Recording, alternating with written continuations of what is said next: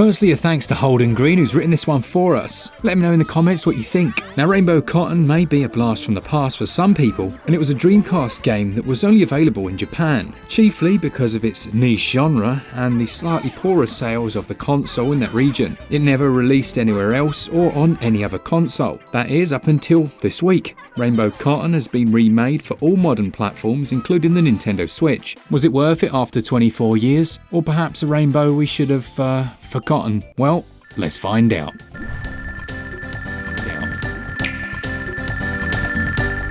Surprisingly for a shooter, Rainbow Cotton has a storyline, and one that's reasonably interesting, if that is you enjoy anime comedy. The kingdom's under threat from monsters, and the only hope is employing the services of Cotton, a cute little witch who has an addiction to Willow. Willow is not a tree, nor a character from Buffy the Vampire Slayer, but instead is the special candy that's made in this kingdom. Cotton's tricked into helping out, thinking she's going on a stamp rally to get the legendary Willow, and gets increasingly angry and suspicious as the storyline progresses. Let's be honest, it's not deep or meaningful, but it's quite comically done, and it is surprising to see so many animated cutscenes between stages that are really excellently handled. In fact, it's quite the highlight of the game. Sadly, the gameplay is almost a disappointment in comparison. Not that it's bad, but it certainly doesn't live up to the hype of the cutscenes. Unlike the majority of the Cotton series, this is not a horizontal shooter. Instead, it's a sequel to Panorama Cotton on the Mega Drive, both of which are rail shooters, like Star Fox or Space Harrier, but this time with an adorable witch on a broomstick.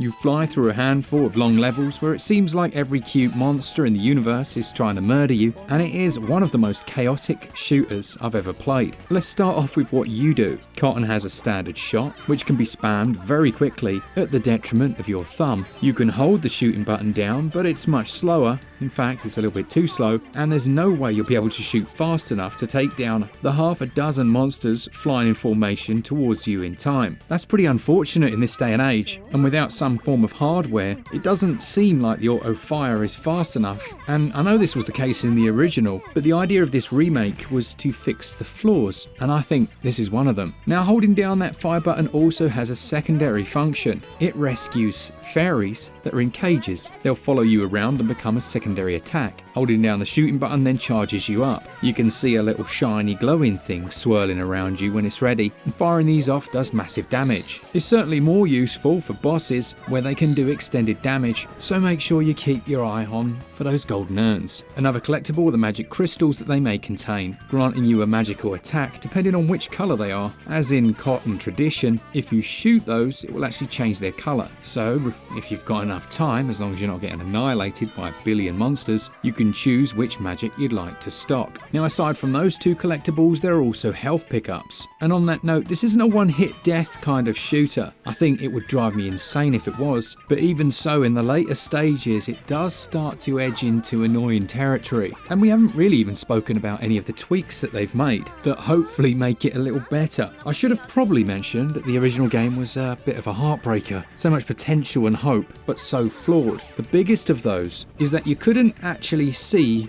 what you were shooting at. Cotton's giant hairdo was always in the way of the targeting reticule. In this remake, they've definitely adjusted it, which makes it a lot less frustrating. Subsequently, you can also now target enemies with your fairy attack. The more you have, the more you can auto-target. Certainly a useful addition. And then there was the feedback when you were fighting bosses. You didn't really know when you were doing damage, but by the power of Remake, they now have a health bar. Happy days. So aside from those tweaks, do I now think it's a very good game? Sadly, I don't think so. It still borders on the annoying, as you have to swirl infinitely around the screen avoiding endless enemies and bullets. Yes, I know some of you will say that is the definition of a bullet hell shooter, but there's no tactical placement of Cotton. You always have to be on the move, and you're always going to get hit. It's as if they didn't consider balancing when they were doing those tweaks. Yes, I know that shooters are supposed to be difficult, but it's too messy here and imprecise. It's all fine, really, until those last few stages where it does cross into nonsensical territory. Now, don't get me wrong, you can have fun with Rainbow Cotton, but like me, you're likely to still wish it was better thought out than this is. You can lower the difficulty, which will certainly help your chances to reach the final boss, and those new tweaks and additions are welcome, but there is wasted potential here. You only have 5 lives, and if you die, you have to start the entire level again, and these stages are long, especially for a shooter. And if you lose all of your lives, then it's completely game over. Sounds delightful. In terms of controlling things, it's not bad, but with the sheer number of enemies and the way the game's designed, sometimes it feels, as I say, a little imprecise, and having to literally mash those buttons to get full benefit, that is not a good design choice. Gameplay for me scores 12 out of 20. Controls also score 12 out of 20. Personally, I think the presentation is the strongest aspect of the game. I know what you're saying, it does look simple by today's standards, but it is super bright, colourful, and matches perfectly the aesthetic they were going for. Loads of purples and oranges, and decent variety across the board. I love the opening of the water section. It does feel quite magical, and everything just pops off the screen. Now, animations are a little simple, but on the whole it has made the transition to HD quite nicely. If you're nostalgic for the Dreamcast era, it's going to bring back a lot of nice memories. Of course, the star of the show are those animated cutscenes, the first of which lasts about 10 minutes, which is crazy to think about for a shooter. Performance is silky smooth at 60 frames per second, I didn't see any drops at all. Visuals and performance score 15 out of 20.